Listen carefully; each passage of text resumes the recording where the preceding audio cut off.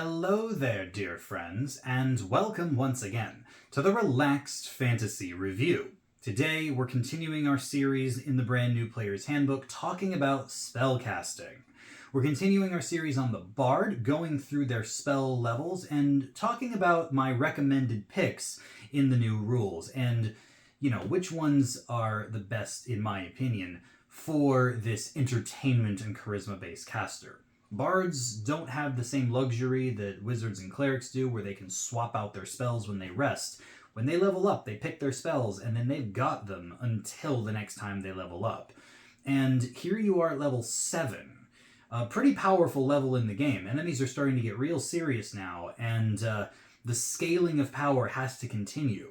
So level 4 spells, what do I recommend? The way I do these videos is I do a pair of spells, my top 2 and 1, for both combat and utility-based spells, as well as an honorable mention. So we'll get to the details of that in just a moment. Before we do, though, I'd like to let you know, Relaxed Fantasy Review has memberships. For just $1 a month, you can support me here on YouTube and get a couple benefits. First, you get a little badge next to your name in the comments, letting folks know you're a supporter. Also, you get early access to my videos.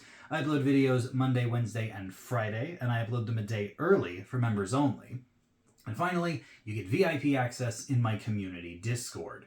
Anyone can join Relaxed Fantasy Review's Discord. There's links in the video and channel descriptions. But if you're a channel member, you get directly placed in the VIP room, just like that. And yeah, you can talk directly to me about D&D, your character concepts, your campaign, whatever you like. If any of that sounds interesting to you, you can click the join button. It's just down there next to the subscribe button. And if it doesn't interest you, that's fine too. Just being here at all, watching the video, liking, subscribing to the channel, these are all wonderful ways to support me. So thank you for watching my content here on YouTube. Level 4 spells, you get these at character level 7, and we're going to start off with the utility spell in my number 2 spot, Freedom of Movement. Freedom of Movement is actually a good candidate for both combat and utility, considering the fact that it allows you to escape grapples, basically with no effort. But it also allows you to escape other things. It allows you to escape from manacles and chains, grapples, restraints. It allows you to basically, as the spell name suggests, freely move. I mean, you can't squeeze through spaces that are too small for you. Like, this doesn't make you, a fluid shape or anything. It doesn't turn you into, like, a gaseous form, which are good things in and of themselves, but it lets you continue using your normal powers. You can cast spells, you can, keep using your weapons. This doesn't even take concentration. It lasts, I think, for an hour. I could be wrong on that, but it lasts for a while, so you can utilize it and really maneuver yourself in ways that just normal physical form can't.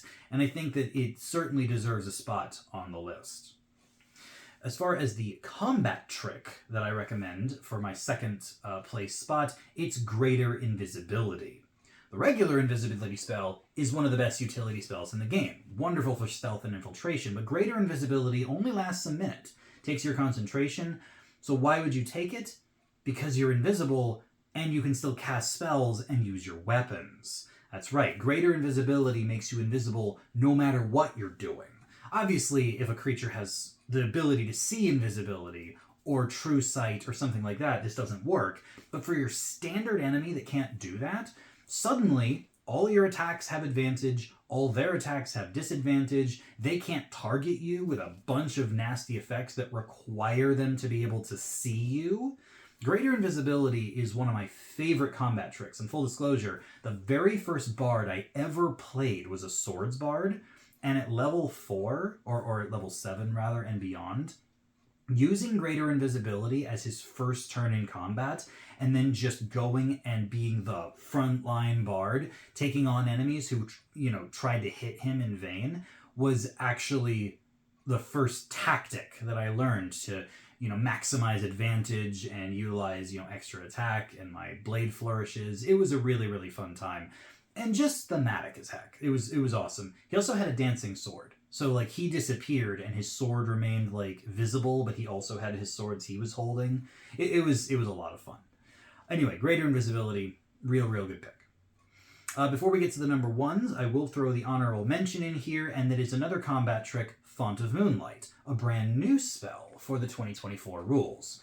This one, you have to concentrate on it, and it creates an aura, and while you have this on you, you can do extra damage for all of your attacks. This is actually a really nice damage buff. Bards do not do the greatest damage in the world, but Font of Moonlight buffs that damage to the point where it actually could be competitive. It also has more effects, like it can blind your enemies with Moonlight and stuff, so it's just a great thing to use in combat if you're trying to focus on damage.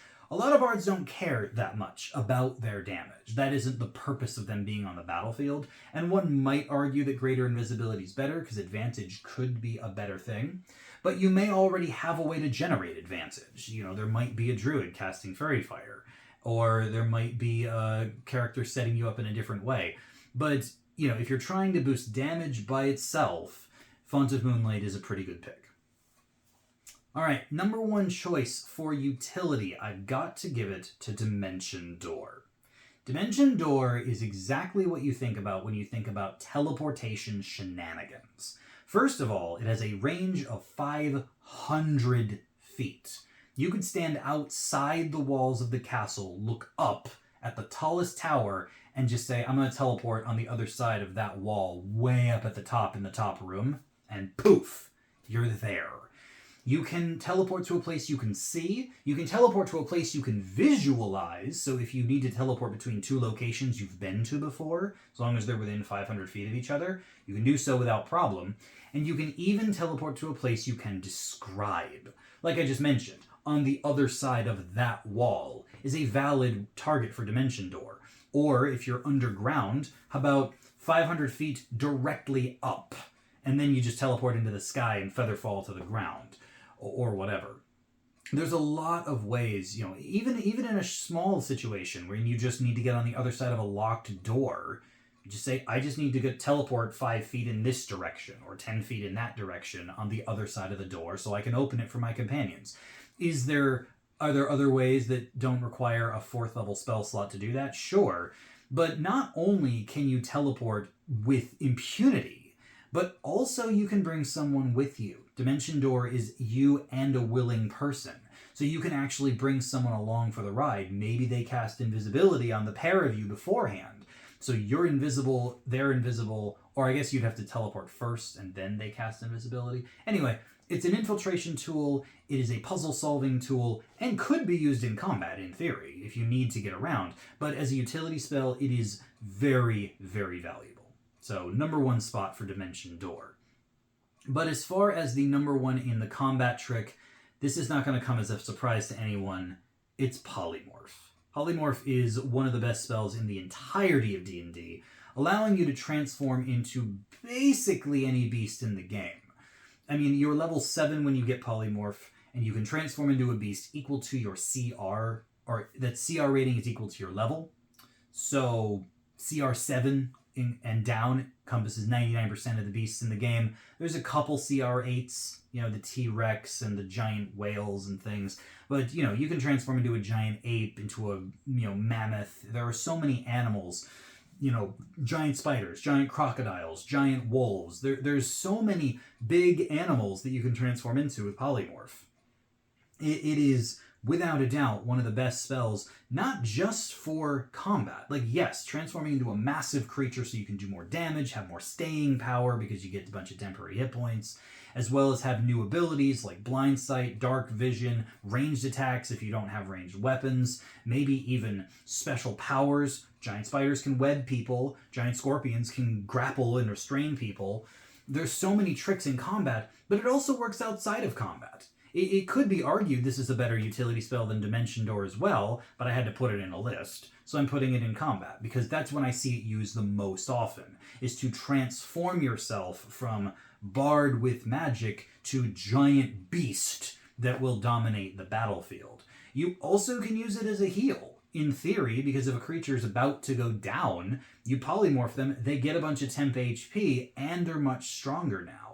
There are a lot of uses for Polymorph. It is one of the most versatile spells.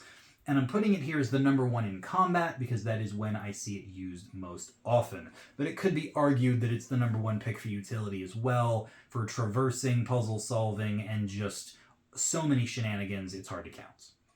All in all, it's the greatest spell of level 4, and I don't think that's a hot take. I'm pretty sure most people agree with that.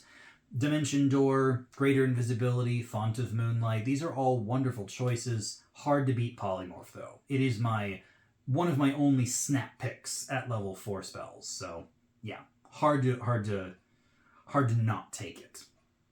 In any case, those are my recommendations. If you're playing a level 7 Bard and you don't know what spells to take, I recommend Polymorph and Dimension Door, Greater Invisibility, Freedom of Movement, and if you really want to do more damage, Font of Moonlight. These are all great picks.